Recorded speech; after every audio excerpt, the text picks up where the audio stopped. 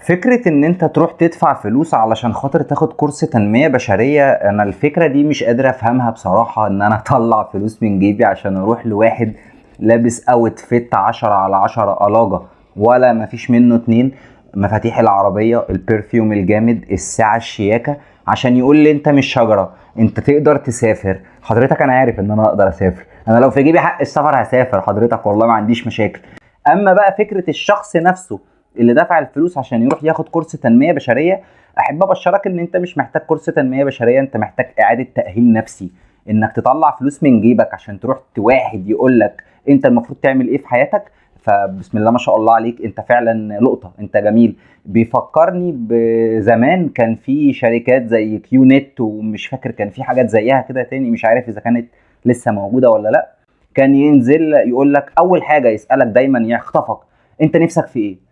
فانت هتقعد بقى تقول له طموحاتك واحلامك وقصصك وحكاياتك وبتاع، وهو قاعد يكتب وراك، وانت بقى مش فاهم هو بيكتب ايه، بس هتلاقيه فجأة طب ايه رأيك لو عايز تركب عربية في سنة وتروح تشتغل وتلبس كذا وتقبض كذا، ويوريك حاجات وبتاع، فانت ايه، عينك باو تطلع كده وترجع تاني مكانها، بس من جواك ثابت، انت ثابت عايز تفهم بقى الكلام بيقول ايه. فتلاقيه بيقول لك انا في ظرف سنة عملت وخليت، ويطلع لك صور وهو في رحلة باريس وهو في رحلة لندن، وهو نفس الطقم، بس انت مش هتاخد بالك، هو نفس الطقم، بس انت مش هتاخد بالك من المفاجأة بقى، ما هو خطفك، هو الولد خطفك في الكلام. فتمام الدنيا زي الفل، يقعد يقول لك هتجيب واحد وشجره ومش شجره وهتعمل وتخلي وتسوي، وفي الاخر يقول لك بس معلش حاسب على ثمن الكافيه اللي احنا قاعدين. ايه يا عم في ايه؟ انت مقابلني في كافيه عشان تصرفني فلوس؟ يا عم انا هحاسب ما عنديش مشاكل، انما اطلع وراك الاقيك مش شعبط في اتوبيس، طب كان القرد نفع نفسه ولا انت شايف ايه؟ هي بقى نفس الفكره، الناس اللي بتروح تدفع فلوس بايديها علشان تروح تاخد كورس تنميه بشريه.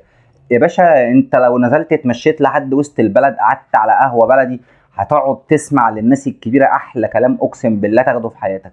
الموضوع بسيط يعني، مش محتاج ان واحد يقعد يمسك مايك ويشاور عليك ويقول لك انت ما وصلتش لحاجه في حياتك عشان خاطر انت شجره.